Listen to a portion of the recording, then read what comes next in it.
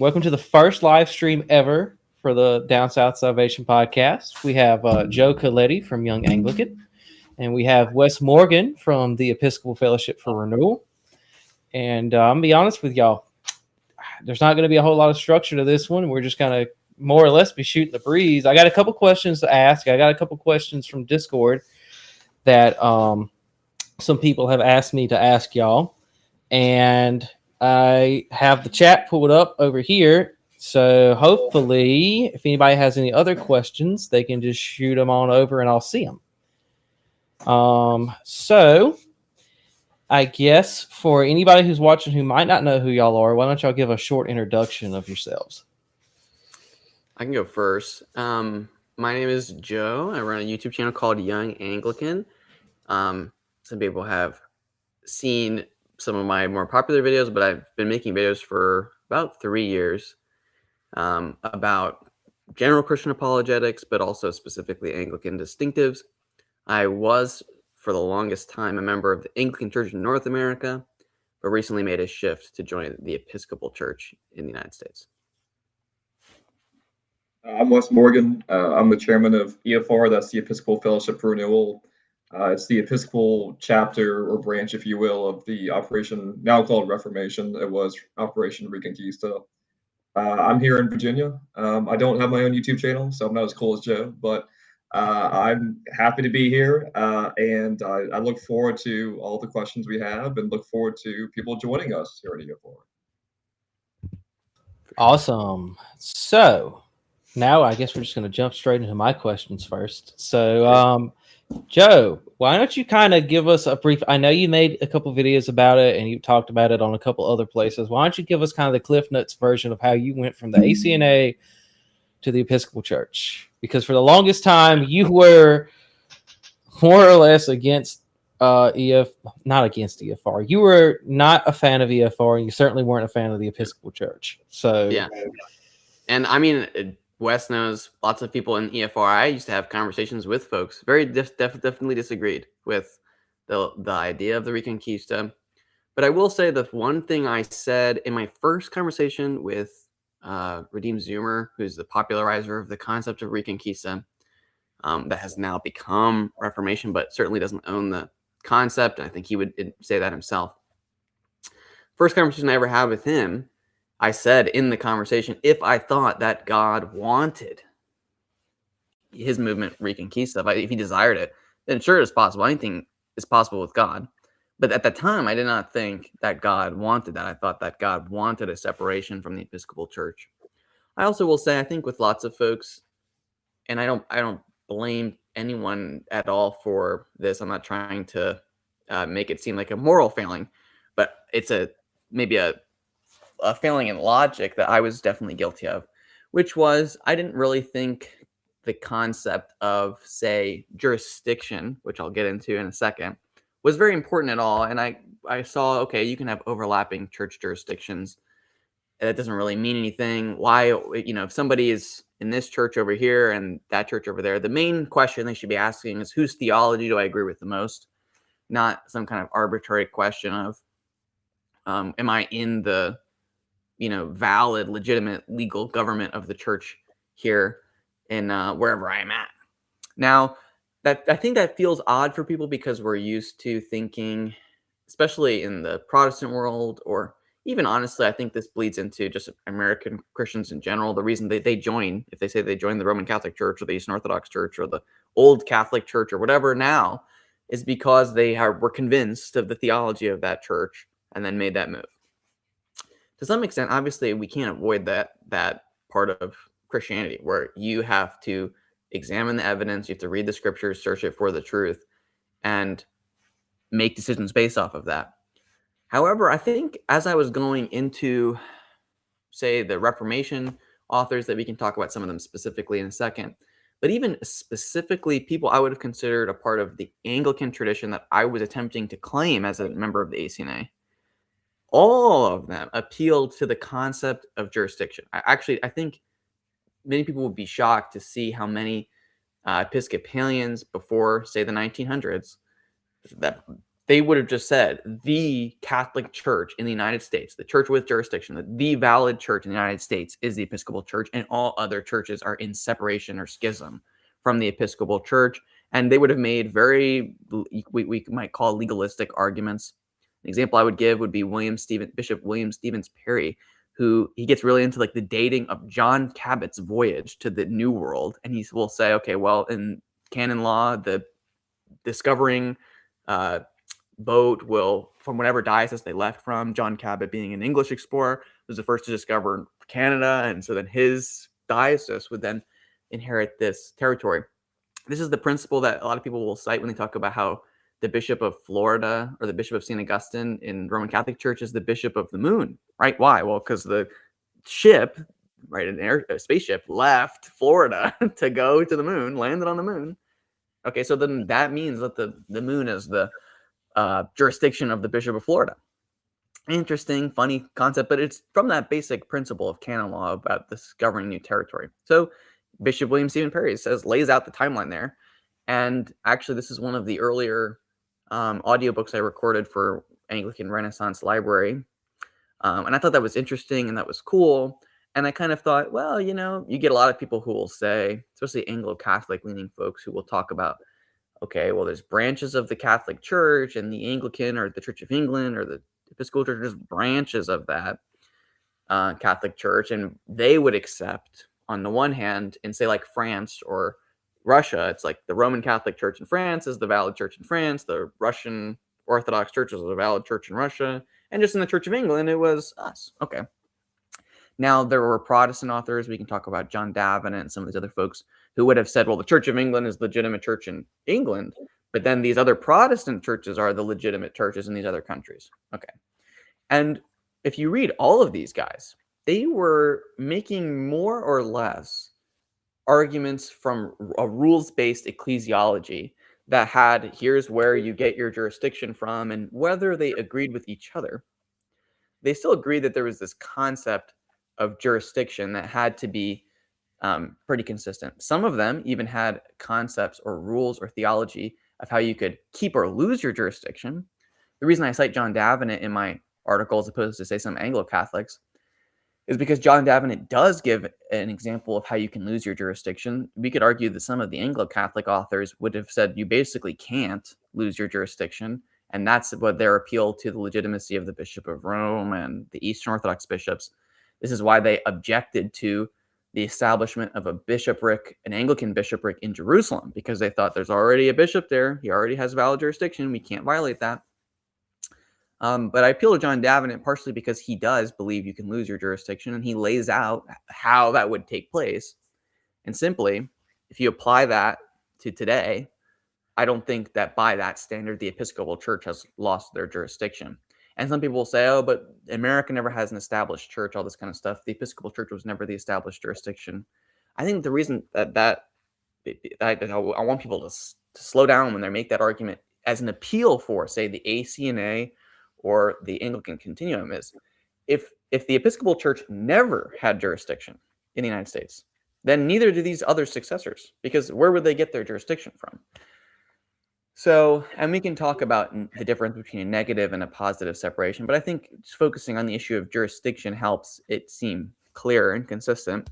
And basically, I think if you take certain standards that from the past and apply them to today consistently about the rules of jurisdiction, I think it just, I honestly was convinced that the Episcopal Church never lost her jurisdiction, and therefore being in another church would make you in separation from the legitimate jurisdiction of the Church of God in the United States. Okay, then. Yeah, I kind of sort of agree. I will push back on one thing. There were technically established churches in the colonial days for certain states. However, that ended more or less at the conclusion of the Revolution.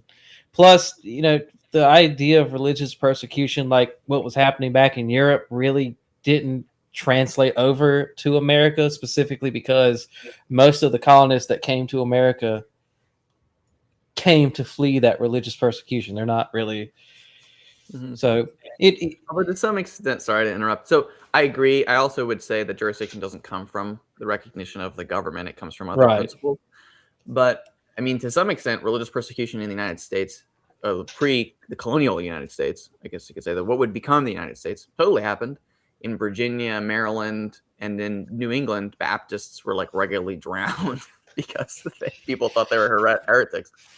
So to some extent, there was a recognition, whether or not we would agree with the methods today, there was a recognition, okay, this is what's in the boundaries. We allow this, we don't allow that. Another example of how I would say this was actually accepted by most Christians, this concept of jurisdiction, is if you read, so in the 1720s at Yale, which was a Congregationalist university, there were a bunch of trying to prepare ministers for Congregationalist ministry in the established church. There were a number of faculty members or ordinands that were convinced of the Episcopal Church, or really the Church of England at this time is 1720, and Episcopal ordination. So they left the Congregationalist Church to go get ordained in England, to come back and then attempted to plant Church of England churches in New England, which they were allowed to by law, but there was always conflict with the Congregationalists. And if you read the writings that they write to defend themselves, they don't say, oh, there's no such thing as jurisdiction, there's nothing wrong with planting churches on top of you. They argue, okay, the Congregationalists don't have apostolic succession, so they don't have churches, so we have to plant these churches. And actually, the Congregationalists are in schism from the Church of England, and the Church of England supersedes their jurisdiction, all this other kind of stuff. They never say, oh, well, who cares if we're planting another church? Doesn't matter, right? You can just plant as many churches as you want, right? God doesn't care.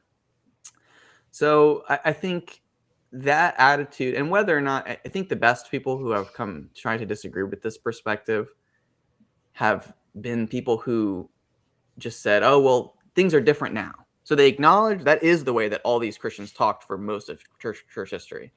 But today, things are just different, and then, I don't know, I know arguments, but I haven't heard them personally. So their argument is just trust me, bro. It's yeah. Oh gosh. Okay. What else was I going to ask you? So, yes. So let's talk about your Anglican Renaissance project that you were working on. So, are you still a part of that, given that you are now in the Episcopal Church? Because I know a good chunk of that was more focused on the ACNA and the REC. Yeah, no. So when a couple of months before I came out publicly with everything, and I had basically been convinced, when I made the Anglican Renaissance, I gave it a statement of this is the point of this organization. And the point of the organization was the reformation of the ACNA on certain issues that I disagree with some of the leadership in, and bringing it closer with the continuum. And I explicitly, at that time, excluded the Episcopal Church as a part of the Anglican Renaissance. So, in my opinion, in order to be intellectually honest, I had to kind of hand that off to somebody else, because I wasn't going to reroute the whole organization. I knew there were people that joined it because that's what the statement of the point of it was. So I handed it off to folks that I knew still believed in that original message and that original mission. Yeah. Okay, I got you. Okay. So, what? And this is for. I guess this really could be for Joe and Wes, but what? Actually, you know what? No, this first question is gonna be specifically for Joe. Are you gonna be more involved in EFR now that you are in the Episcopal Church? Because I know you've been in the server for a while. Yeah, that's the goal. I want to be more involved in the Episcopal Fellowship for Renewal. I think I want to do. I mean, I think it would be wrong of me to say all this stuff about the Episcopal Church being the correct jurisdiction of, and then kind of give up or something. I think anyone who's in the denomination is aware that there is theological drift that is prevalent in the denomination, and that we can't really stand by and do nothing about it. And then we have to fight for Orthodox belief, not only Orthodox belief, but also Orthodox practice in the Episcopal Church. And the fight there is stronger than it would be in the ACNA or even the Continuum. But I still believe it's only more necessary based on the positions I hold now than it was before. Gotcha. Okay, so now my next question is going to kind of be focused at both of y'all. What do y'all feel, and y'all can answer collectively or individually, what do y'all feel is the best path forward in the Episcopal Church for Reformation? Like what Maybe do I y'all from the West first because he hasn't. Yeah. So like I guess really what I'm asking is what do y'all feel like the process is going to look like and how it should look? Yeah, I think for me, and this sounds really pessimistic and kind of black-pilled, but I think if you look at especially the statistics produced by Ryan Burge, for y'all who don't know, he's a statistician and he at least used to be an American Baptist pastor. I don't know if he still is or not, but he's done a lot of great research into the demographics of mainline churches, and he's particularly the Episcopal Church. And I will say, you know, the Episcopal Church has a lot of problems, but they do a great job with their being very transparent with their demographics, with their statistical data and so forth. There's actually a whole website devoted to that. You can even look at the amount of average Sunday attendance for each parish, for each diocese, baptism, etc. So they're great with being transparent with their numbers there. But if you look at the data he shows, it's very pessimistic. Especially in 2000, there's been a very dramatic drop off in the amount of average Sunday attendance, ASA, you'll see that acronym, the amount of baptisms and the amount of confirmations and weddings, which those are sort of the key markers of a healthy church. It's kind of hard to quantify these sort of things, but like those are the best stats that we have for that sort of thing. And it's not a pretty picture. And even there has been a slight increase post COVID with the amount of ASA in the Episcopal Church, but even that is still below the 2019 levels. So you can see it's really not trying to. There's some priests and bishops that were applauding that, which is a good thing, but I think it was too soon because it's not as if we're getting back to pre-COVID and it's still lower. And I've seen different numbers, but I've seen, you know, by 2040, 2050, the Episcopal Church will barely exist. I mean, it'll be almost non-existent. It sort of amazes me how a lot of folks don't recognize perhaps the causes of that, but I can talk about that later on. But so for me, I think because the Episcopal Church is shrinking quite a bit, ever since I'll be honest, adopted the agenda they have adopted, I think there'll be a small remnant of conservative Episcopalians, conservative parishes. Some of the fastest growing parishes in the Episcopal Church are in dioceses like Central Florida and Dallas, which are the two of the most conservative dioceses. They're more conservative theologically and they're thriving. And so I sort of foresee a small remnant of conservative Episcopalians standing there to the point where eventually there could be a merger. And this is my hope. Maybe I'm just being really hopeful, but there could be a merger with the ACNA, with the REC, with the Continuum to reunify and actually have one jurisdiction like what Joe talks about. I think that's paramount. And I can talk about later on why that's such an important thing and the goal that we all should strive for. But I think that's sort of the best goal and that's sort of the best strategy.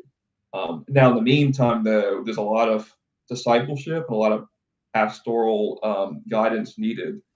And so, of course, we're sort of striving to obviously produce change on the grassroots level to sort of change parishes on that level than dioceses and above. But I think a lot of it's also educational and discipleship, which is why we're trying to produce more educational materials. I can talk about that later on. I feel like I'm, digressing, but I think eventually it'll get so small that we'll all have to sort of reintegrate with one another. So I think that's sort of the best pathway forward, and I think it's possible. Yeah, I definitely agree with a lot with that you're saying, Wes. I think, it's a double-edged sword, the fact that the Episcopal Church is shrinking so massively, because on one hand, I think we all want to be in a church that's thriving and doing well and has a projection into the future, although it is in some sense an opportunity for the conservative elements within the Episcopal Church to demonstrate that it's not secular politics or flashy standout activism or something that's going to actually grow the church, but it's the Holy Spirit that grows the church and the Holy Spirit that brings the faithful into the church.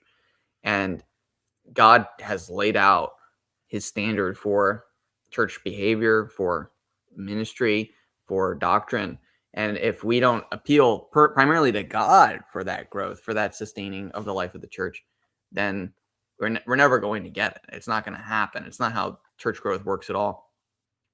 I think there are lots of secular institutions that can grow without the aid of the Holy Spirit, but churches as a church body cannot grow without the aid of the Holy Spirit, because specifically the work we are supposed to be doing is the work of the Holy Spirit. So without the Holy Spirit, how are we supposed to do that?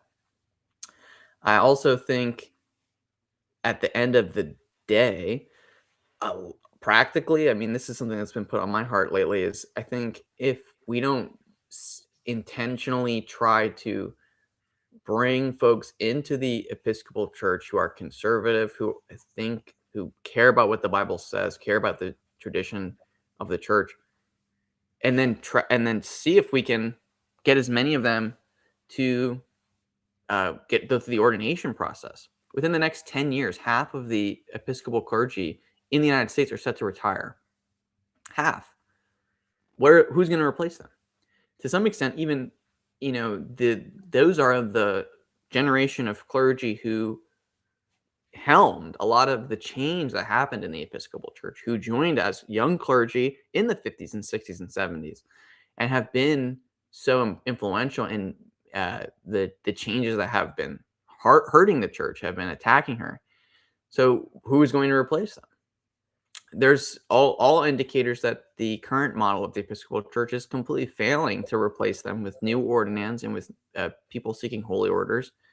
Whereas, not just the ACNA and the Continuum, like Trinity Anglican Seminary is doing a lot better than, say, General Theological Seminary and the Episcopal churches. Not only within comparing the ACNA's intake of seminarians and raising up new leadership, compare that to just the average evangelical church that preaches the gospel, actually tries to disciple Christians according to the word of God. The top 20 seminaries in the United States are basically big box non-denom / Baptist seminaries that are trying. And if just one class from the top 20 seminaries in the United States, if all of them became Episcopal priests, we would completely fix the clergy shortage. Okay. If you go into one of those seminaries where they are actually raising up people to be ministers in Christ's harvest and ask them why are they not Episcopalians, they will list the doctrinal problems as the main reason that they are not Episcopalians. So if the idea that we're going to solve the clergy shortage by some other means other than just preaching the gospel and holding faithful to biblical truth, I think that's completely misguided and detached from the reality of the state of the church in the United States. Good stuff.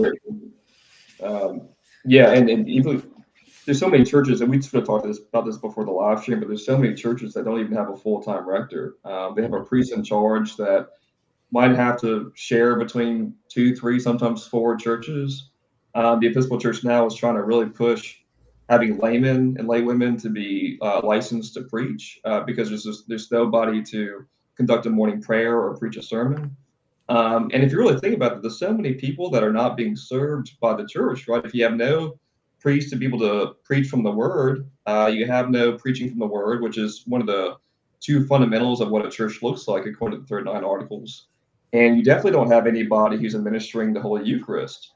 You might have a parish that's only able to be fed once a month, maybe every 2 weeks if at best, and that's just not healthy. You're really doing a great disservice to your laity when you're not able to have sufficient amount of priests to be able to commit full time to each church, and even have 2 priests, because oftentimes you'll have a full-time rector, but he or she's so burned out because there's no assistant priest or a deacon to help out, that he or she ends up leaving the ministry early and going elsewhere. So it sort of grieves me, and the fact that the Episcopal Church for a long time has never really committed to actually planting churches.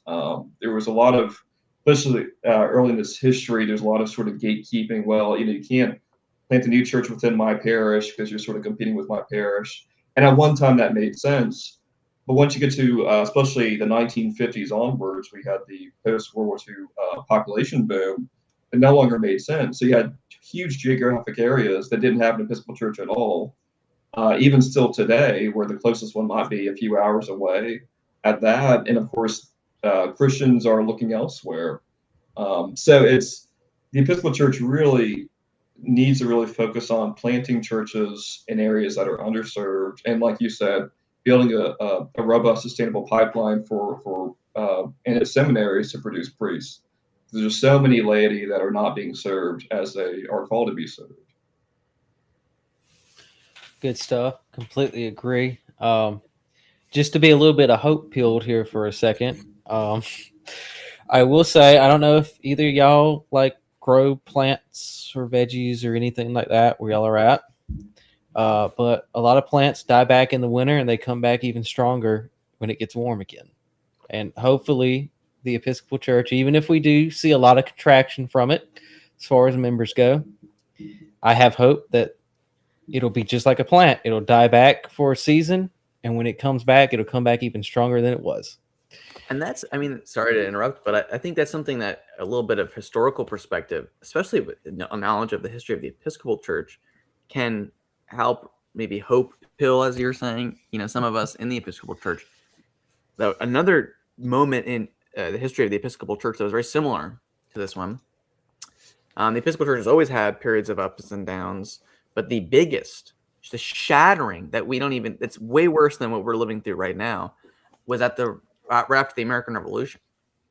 So right after the American Revolution, there are some states where about 90% of the Church of England parishes and laity and clergy left the Episcopal Church. They just they never joined the newly to be created Protestant Episcopal Church of the United States. They just left. A lot of them became Methodists. A lot of them just left. There's a lot of interesting research on the growth of Baptist churches in the South, and a lot of these, you can find some very old Baptist churches that were actually originally Church of England churches in some parts of Virginia, North Carolina, Georgia, because there were a lot of people at the time of the formation of the Episcopal Church that thought, this is the Church of England, we're leaving England, there's no point in being, they didn't have the term Anglican at the time, but Anglican anymore. There was a lot of stigma against Episcopalians. Just to get a picture of how bad it was, the third bishop of the Protestant Episcopal Church was the Bishop of New York, Samuel Provoost, who, besides having theological problems, that's another thing that historical context can give you, is a lot of these guys actually weren't the most orthodox bishops in church history, but they still maintained and they kept going on. Samuel Provoost retired early without permission from his diocese or from the Episcopal Church because he thought there is no Episcopal Church anymore. It's over. This isn't a denomination. There's so much decline, he thought, in the wake of the American Revolution, that there was no future for the Episcopal. And he just retired to his garden, I think, and refused to see guests and stuff. Okay, just completely reclusive and depressed, and he had to be replaced by fiat by the church hierarchy. But he just became so depressed. He's like, this isn't happening. William White, who is interesting because of how influential he was a little bit more positive, and he constantly was trying to save the Episcopal Church from the brink as it had just been created. He tried to reach out to the Methodists for a remerger. That was, if you asked most Episcopalians at that time, if they thought what would be the future of the Episcopal Church if it was going to survive, it would have been, okay, we have to bring the Methodists back in because they were this huge portion of us that just left. They never did. And even though they never did, they still brought back through slow, church planting, discipleship, institution building that took hundreds of years. They slowly brought the Episcopal Church back into the mainstream to the point where by the 1950s, 1960s, it was synonymous with, the United States and American culture. And even it's, again, now we think of the Episcopal Church as being this bastion of Protestant liberalism. But if you read any article from even the 50s and 60s, even if they're commenting on liberalism in the Protestant Episcopal Church, they're usually coupled with this historic conservative institution in the United States, this institution that represents the resistance against, say, evangelical movement on one end towards kind of destructured church, all these kind of things that resisted that, but which also had been in the United States one of the only churches to have strict codes against divorce, right, and remarriage. It was the only Protestant church in the United States that at any point did not allow remarriage for a divorced person while their spouse was still living. And again, they gave it this very conservative reputation in the United States. Congregationalists, Presbyterians, Lutherans, they had always allowed remarriage for the innocent spouse. There were other things that made it more conservative. They were more harsh on who could take communion and who could not take communion. They required confirmation more zealously. They also had higher standards for their clergy. That was another thing that was controversial, right? So when William White and all these guys are deciding how to expand the church, what should they do? The question was, should we go in the kind of Methodist direction where we don't require seminary for clergy? We can just send them out and these writers and all this kind of stuff. And unanimously that was opposed because the thought was that it would create a less prepared ministry for the frontiers. And they, in the short term, suffered for that. Methodists boomed on the frontier. Baptists boomed on the frontier because they could just send these guys out on horses with Bibles and say, do it, like go grow the church. And to some extent, what the Episcopal attitude was, and I would say this is the attitude we should take today, which is we should stand on our principles first. And we should stand on what we think is theologically correct first. We should stand on the canons and the prayer book first, and then see what fruit God can bring from that, trusting in those things, trusting in all this, rather than trying to do everything we can to, through our own mind, through our own devices, have some kind of artificial growth of the church by appealing to this demographic or that group of people or this persuasion or that attitude.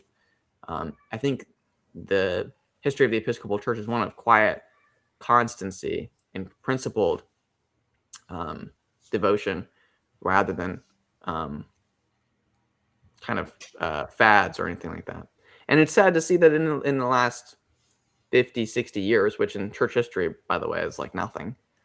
The last 50, 60 years, there have been fads, I would say, theological fads, which have changed the ambiance, if you will, of the Episcopal Church, the attitudes which are accepted, the latitude with which is permissible within the Episcopal Church. But it's nothing new for church history, in my opinion, to have these moments of faithlessness or these fights with faithlessness within the church. There's always a faithful remnant. I think a lot of us know that from our personal lives, personal experiences, our parish context, but also just, the EFR Discord is a great example of the people who still trust in the traditional biblical doctrines of the Episcopal Church. Agreed. 100%.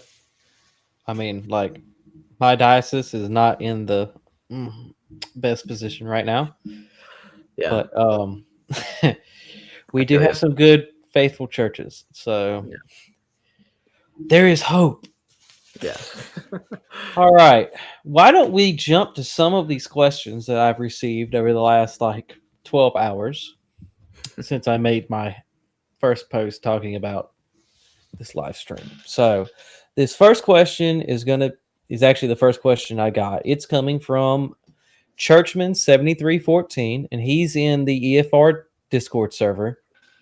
So he said, and this is for you and Wes, what are your thoughts on the idea of a channel where people interview the priests and possibly the vestry board to kind of catalog and get an understanding of the different churches that would be in? I'm assuming he would mean like the EFR. I know we have a little spreadsheet and everything that has different churches in it.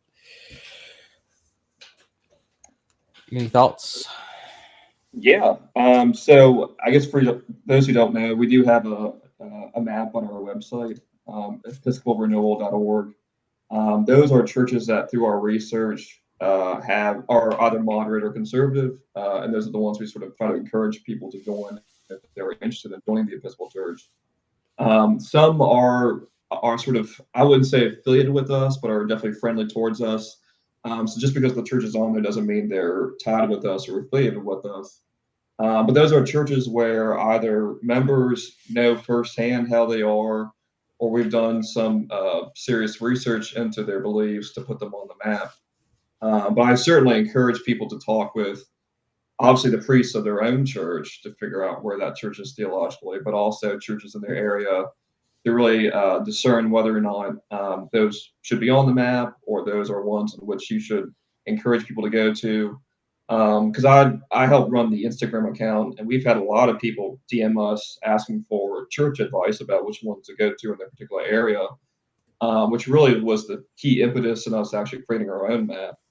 And I'm just sort of amazed about how many people are actually hungry to join the Episcopal Church, who are actually striving to look for one. And even the applications of folks who apply to join EFR, I've had many of them that say, I come from a non-denominational background, evangelical background, etc. And they're just they're motivated by Redeemed Zimmer's videos, Reformation, formerly Reconquista, and they want to join an established institutional church that actually is sacramental, liturgical, that's timeless, like Joe talked about.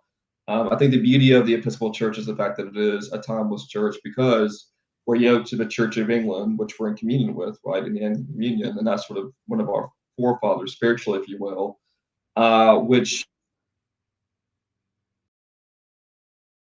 500s by Augustine. Yeah.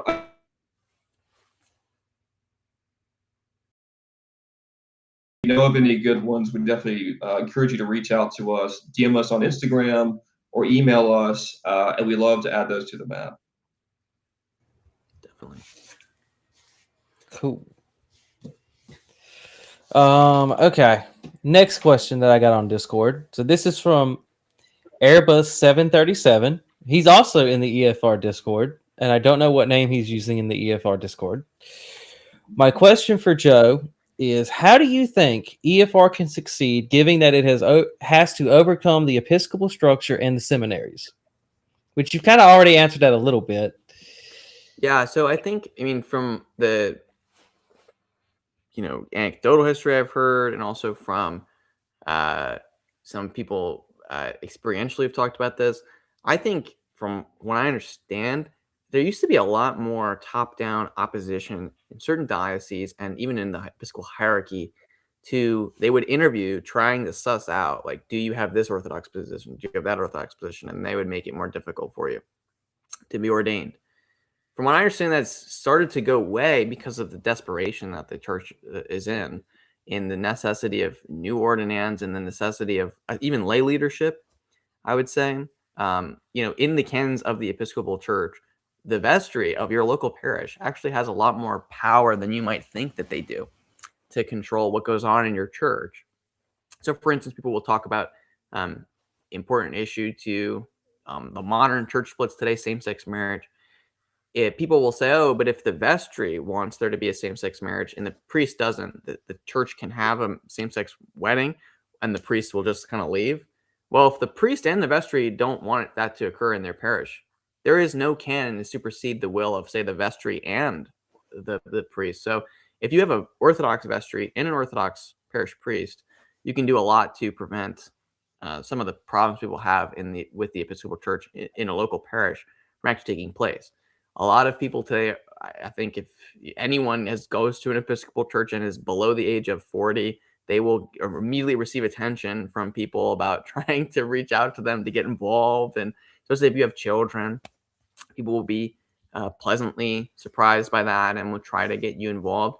Do it. Get involved. And then this is in ways where, my wife's family has been Episcopalian for many generations. And something her grandfather told me once is it used to be a very prized position to be on the vestry. So people used to fight for those positions. And it used to be very difficult, actually, to get into lay leadership at a local parish because people really wanted to be a part of that. The exact opposite is the case today. I mean, maybe if you go to like Trinity Wall Street or something, it's probably hard to get on the vestry. But in the average Episcopal parish, that is always going to be, it's going to be fairly easy if you're actually determined. And you're a kind, caring, attentive person. You're not trying to insult anybody or being rude in any way, it's not very difficult to be involved. And then once you're involved in the government of your church, all of the other decision-making bodies in the church today, the diocesan level and at the provincial level and then at the denominational level, are all staffed also by lay representatives. So even if you're not going to become an ordinand, somebody's got to be sent to the synod, the diocesan synod. Somebody's got to be sent from the diocesan synod to the provincial stuff. I don't think there are regular provincial synods, but the Episcopal Church organizes itself into multiple provinces. And then at the denominational level, or general convention, somebody's got to be sent, and they get sent from these local government structures. So, there's really nothing stopping you just because the bishop is one way or the other from being involved and from having a positive impact and from having whatever kind of impact you can have in certain places. I understand certain dioceses are different than other dioceses and how they're governed and how overt some of the issues are or not in the internal politics. It's going to be complicated. It's also probably not going to be very comfortable. It's also probably not going to be a walk in the park. It's also probably not going to be a piece of cake. But if you're up to the challenge and if you're willing to take that, in my opinion, that holy calling, which is to be in those tough places, to be struggling for orthodoxy, to be struggling for the faith once delivered to the apostle, if you're willing to be in those positions, I have no doubt that God will take you there and will do something with you in those places to have that positive impact. And the other alternative, talk about the seminaries, all these kinds of things. In the past, I would say in the 50s, 60s, 70s, yada, yada, even into the 80s, if you were at seminary, all of your intellectual influences were your professors. That was it. Today, you can go to a seminary that's not even great, which I'm not saying I recommend, but you can have a lot of theological influence, direct conversations. You can talk to people who are Orthodox, who can keep you company, if you will, in Orthodoxy. I know loads of people who have gone to not great seminaries who have remained Orthodox all the way through, partially, I think, because they can have that fellowship and camaraderie that for all the goods and bads, through the internet, right? Through fellowship organizations like EFR, that just reinforce you're not crazy for believing what the Bible says. You're not crazy for wanting the denomination to be in a better place. And I think that says a lot. I also think that if you're willing to endure that, or I also think you don't have to endure that, because there are actually good seminaries within the Episcopal Church. I think of Neshoda House. I know lots of folks who are there that have said very positive things about the professors there. And of course, there's always diversity on the staff and all those kinds of things. I'm not saying anything, but there are good seminaries that the Episcopal Church accepts ordinands from. Even Trinity Anglican Seminary, which is the ACNA seminary, there are Episcopal ordinands actually at Trinity Anglican Seminary that are going to be Episcopal priests. The Bishop of Philadelphia in my home state of Pennsylvania is a graduate of Trinity Anglican Seminary. So there are not only other people that go to these conservative seminaries, but they're allowed to ascend to the hierarchy of the Episcopal Church, and they have an impact, needless to say. So whether you're intending to be clergy or you're intending to remain lay your entire life, I think you can have a positive impact upon the Episcopal Church and her faithfulness, even despite what we all understand as Episcopal polity, which honestly, intentionally, the Episcopal Church has always had a weaker episcopate than, say, the Church of England or even Methodists, actually. But that's a whole other conversation about polity, church polity. Oh boy, don't even start. Because I grew up Methodist, actually. Yeah. So don't, please. Yeah. Please, I'll have to drag all the folks from Young Methodist for Tradition in here and let them talk about it. I want to add on to that too. Those are great points that Joe said. And I think that what gives me kind of hope is there seems to be a slight, and we'll see how far it goes, but sort of a slight rollback towards the middle in the Episcopal Church, what I've noticed. There's a lot of fear at the last General Convention that there would be a canon adopted in which a priest no longer could excuse him or herself from presiding over a same-sex marriage. So in other words, the priest would be forced to preside over one, which currently a priest is not forced to now. And there was a canon passed in which dioceses could not discriminate against a candidate, whether it's a postulant or a current priest who holds traditional marriage views, from being able to enter into that diocese and become a rector of a church in that diocese. That has been an issue, and I've heard some anecdotes of that being an issue.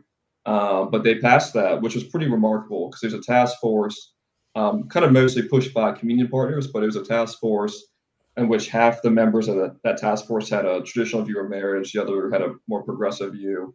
And they were the ones that sponsored that, and it passed both houses. So that's sort of that angle. And I also sort of spoke with a current seminarian at one of the most prominent seminaries in the Episcopal Church. And he even told me how it seems as if his student body seems a little bit more conservative than prior student bodies at that seminary. And he even told me that, one of his professors confessed to him that, seemed like a decade or two ago, the students here were a lot more progressive in their theology, even to the point of being sort of non-Trinitarian or having sort of issues with core, just basic Christian doctrines. And the professor remarked that now it seems as if the student body is actually pretty orthodox, at least when it comes to the basics of the faith, such as the creeds and so forth. So it sort of gives me hope that maybe we are sort of pushing back towards the center. And if that's the case, and it makes it a lot more welcoming, and to use sort of the left's jargon, welcoming and tolerant towards those who hold to an orthodox theology that are trying to become priests in the Episcopal Church.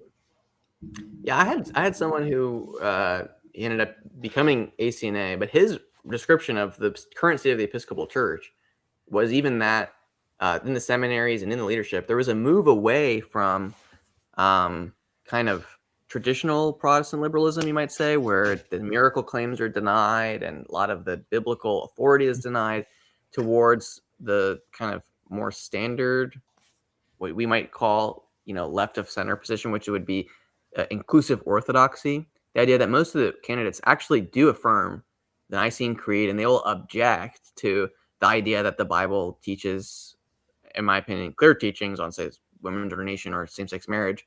They'll object and say, actually, the Bible doesn't teach that. And so to some extent, they actually are recognizing the authority of the Bible, because they're trying to leverage it for their own position.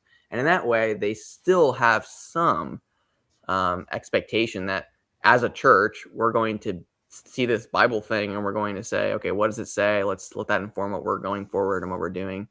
There's a move away from people who used to change the Nicene Creed to not say mean things, to just being very inclusive of all kind of Trinitarian positions. That's almost gone from what I understand. I don't really think there's a major push in the Episcopal Church today to abandon creedal orthodoxy, Nicene Creed, Apostles' Creed. There's even some people who are rehabilitating the Athanasian Creed. There are other camps, too, that are growing, right? People who are maybe, we can call it inclusive Orthodox, who are also very into the 39 Articles and kind of going back to traditional worship styles within Anglican Church. I see things like Anglican Way, which a lot of people in, say, the ACNA and the Continuum really like Anglican Way. Well, the people who run Anglican Way are Episcopal clergy. And St. John's Savannah is where the Anglican Way conference comes out of. So there actually are a lot of people making waves, you could say, in the denomination towards, I guess, again, generally towards a better stance. Are all these people correct on everything? In my opinion, no. But my opinion's my opinion, So to some extent, we kind of have to be able to see the general direction and keep pushing it in that direction. And I just want to add a couple things. First off, I want to echo what you said to start with.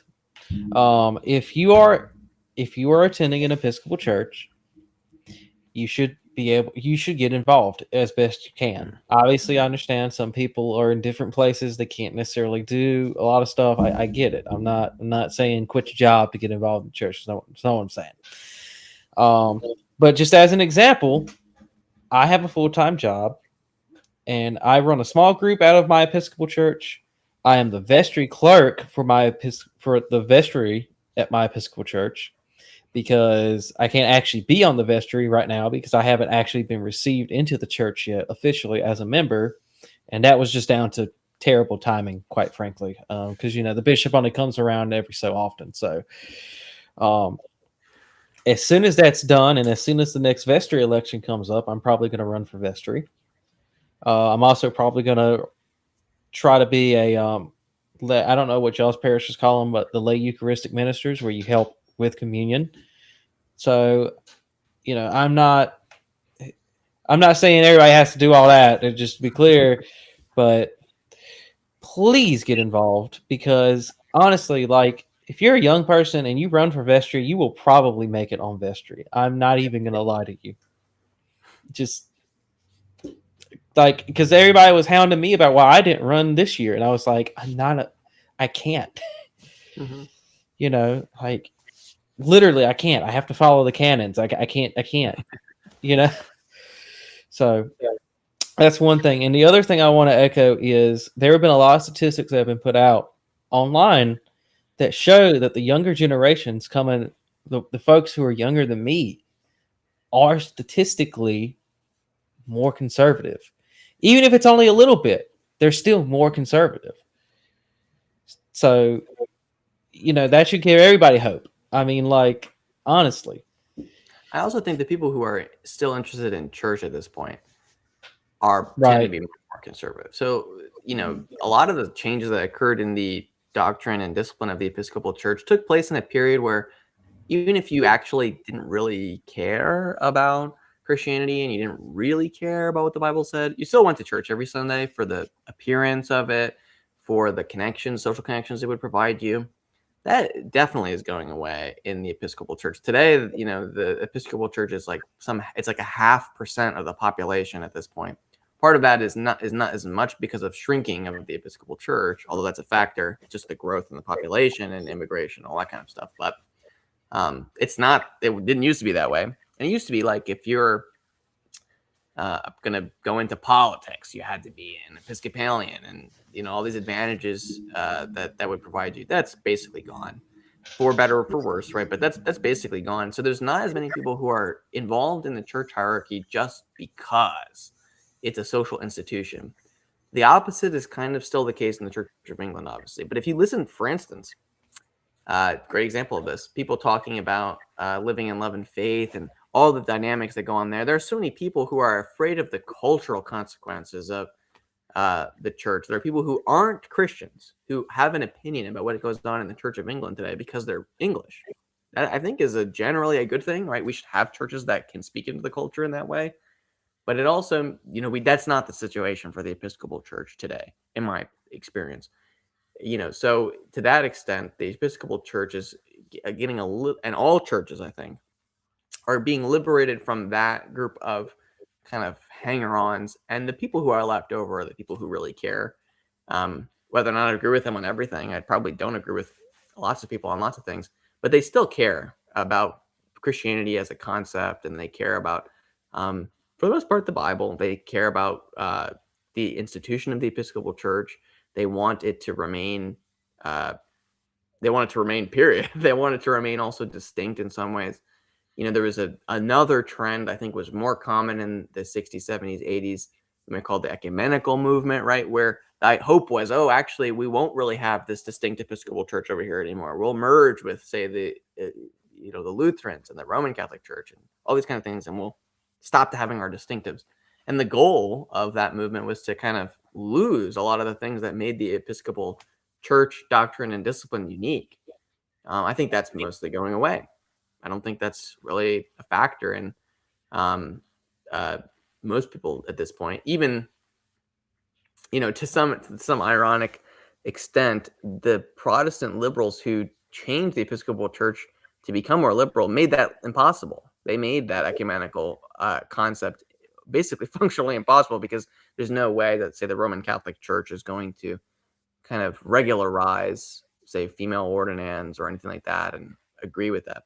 Now, personally, I don't care that much about that. I know lots of people who are very passionate about ecumenism with the Roman Church, but regardless, it's not really as likely today. So there's less incentive, in my opinion, than to move, say, the doctrine and discipline of the Episcopal Church away from our historic beliefs and towards some kind of ecumenical, mere Christendom that's very watered down, which used to exist. that's not really as much of a factor anymore. Some of it, actually, for what it's worth, you kind of still do see that a little bit in, say, the Continuum, where there's this hope of we move and all the way here to basically Roman Catholicism, then there'll be some recognition we'll get from Rome, and there's people who really care about that. But that doesn't. Sorry, that was totally a tangent. But No, it's I don't fine. think the Episcopal Church to say, yeah. I mean, like to a large extent, I agree with what you just said. I do consider myself more ecumenical than probably a lot of folks.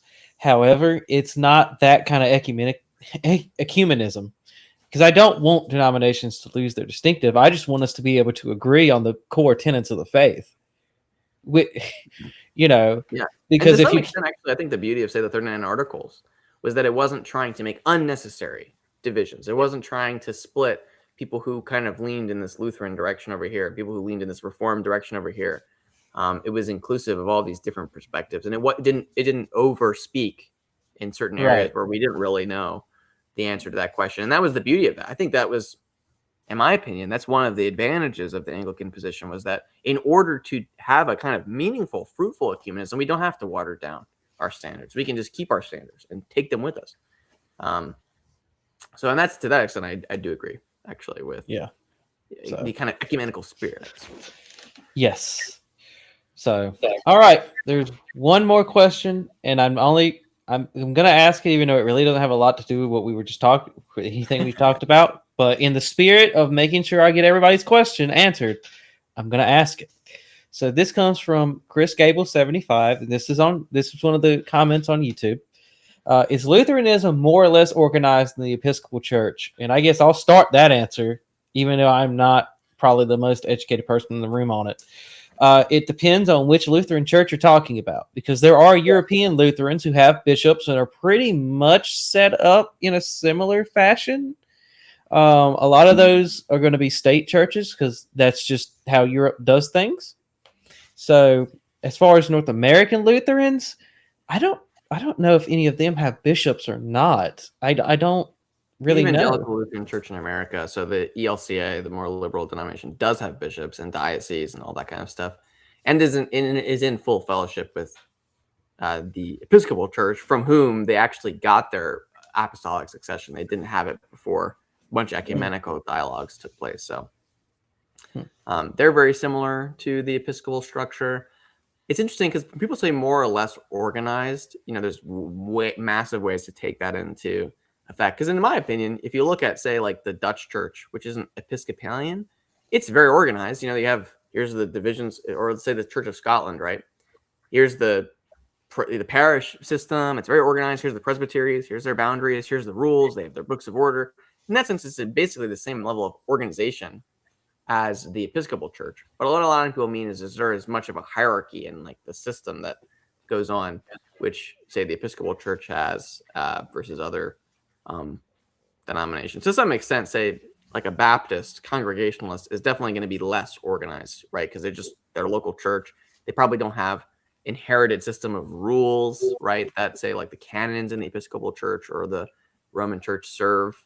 Well, I mean, they have whatever Pastor Billy Bob has come up. Yeah. So to that extent, it's like, it depends on what you mean by organized, less organized. Lutheranism, in another sense, right, could be way more organized in the fact that they have a much more in-depth confession. The Book of Concord goes into details on like a lot more stuff than a lot of other churches' confessions would, and sides on one side or the other, or articulates the view on this issue, or in that sense, it's more kind of a doctrinally precise, if that's what you mean by organized. You know what I mean? So even the traditional Episcopal Church position was never as doctrinally precise as, say, the Book of Concord is, or the Westminster Confession of Faith. There was always more latitude in the 39 Articles or other standards in the Episcopal Church than there were in other denominations. Another great example, right? Sorry to cut you off. Say, like the Methodist Church we talked about a little bit earlier. They have fewer articles than the 39 Articles. So in that sense, they're almost less doctrinally organized. However, and a lot of people point this out, when the Methodist polity was constructed, even though it didn't have Episcopal apostolic succession, the bishops had a lot more power and authority than they did in the Episcopal Church or even the Church of England. They kind of they can fiat, like, appoint priests to parishes in ways and remove them in ways that they can't do in the Episcopal Church. They had a lot more power in that sense. So is the Methodist Church more organized than the Episcopal Church? It depends on what you mean, I think. So Yeah, and it's really interesting you bring that part up about Methodist history, because the denomination that I am technically a part of on paper is it's not the United Methodist Church. It's the Wesleyan Church, which used to be the Wesleyan Methodist Church, and their whole formation traces back to like the 1840s, 1850s, and it was partially because of that exact thing you just pointed out, because they were very much an anti-slavery denomination. And so when they were, basically what would happen is you'd have these ministers at these really big Methodist churches all over the country, and they would start preaching against slavery, and the bishops would go, no, you're messing up the flow here, bro. You got to go. And so they would yank them out of these more influential parishes and send them out to the middle of nowhere. And a lot of them got sent down south to like the heavy slavery areas. And you can imagine how that went. I don't feel like I need to elaborate on that, but and eventually they just got tired of it and said, well, we're just going to start our own denomination, because like clearly y'all don't want us here, which, and that's interesting. I talked about this briefly on one of my conversations with All Things Necessary.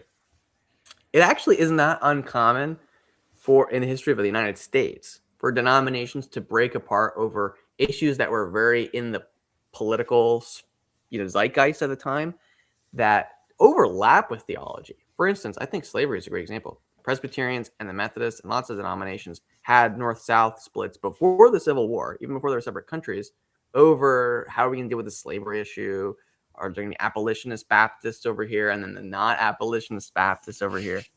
And a lot of them would have said, here's the theology of these issues. You can actually read even pro-slavery Christians who would say that if you have an abolitionist church that is, it's just so anti-biblical that because there's slavery in the Bible, that you're not Christian anymore. I think a lot of us would either laugh at that today or roll our eyes, because most of us would be able to recognize that slavery was antithetical to Christian principles and Christian teaching.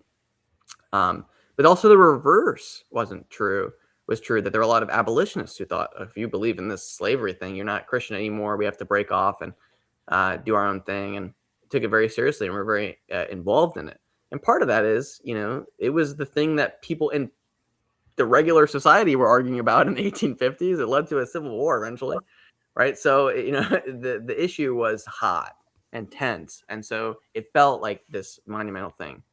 I would point out, I think, for Episcopalians or Anglicans in the United States, I think that's an issue that today we can all recognize. Okay, there was the good guys and the bad guys. There were the people who recognized this was a horrible, gross evil in the history of our country with slavery.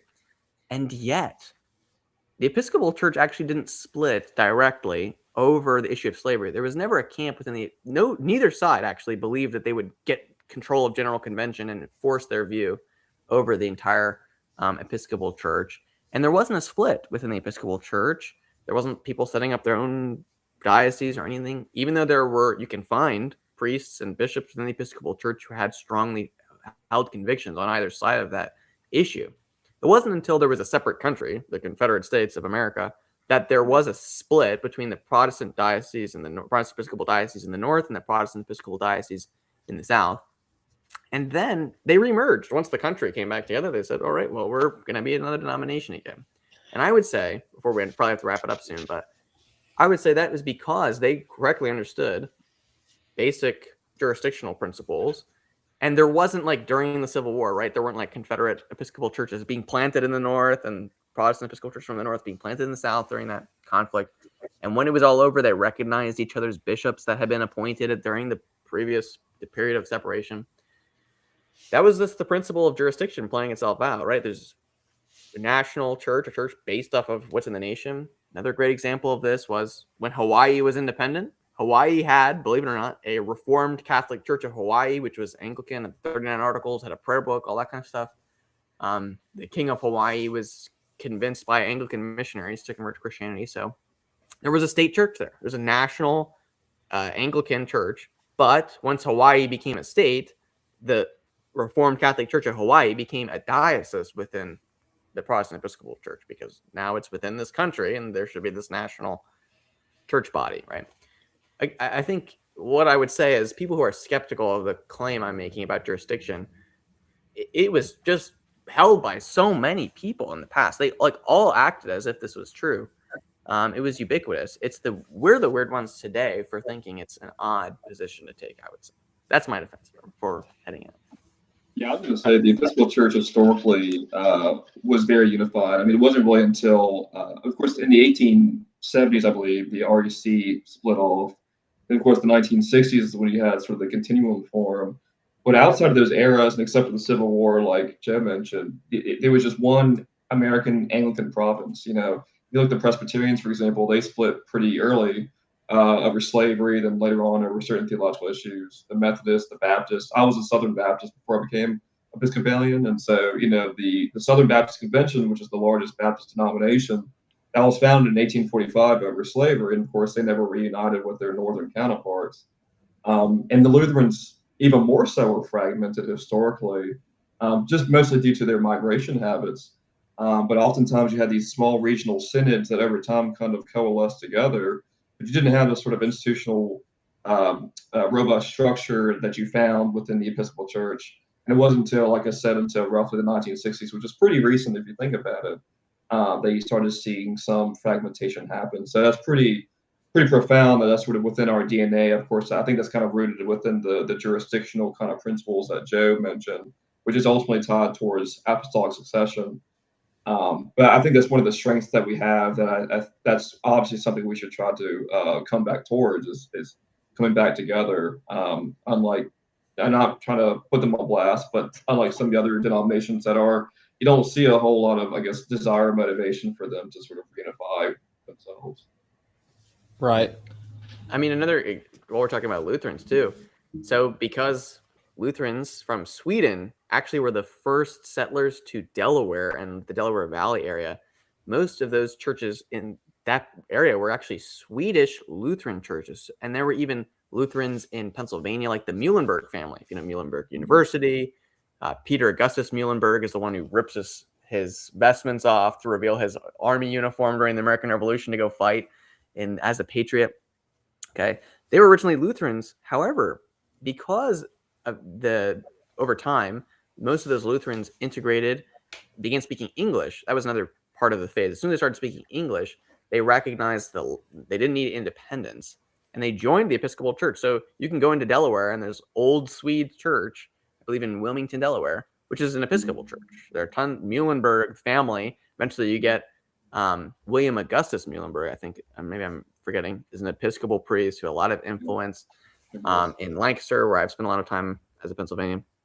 So why did they join the Episcopal Church and not some other church? Well, it's because they recognize, okay, this is the real church with jurisdiction. And I think especially coming from Sweden, for instance, for a lot of these, where they still had this strong Episcopal ecclesiology and national churches, they recognized, okay, well, we're not in Sweden anymore. We should probably join up with the established church here. It's a difference between something else I've always admired about the Episcopal form of government, you could say, and the concept of jurisdiction.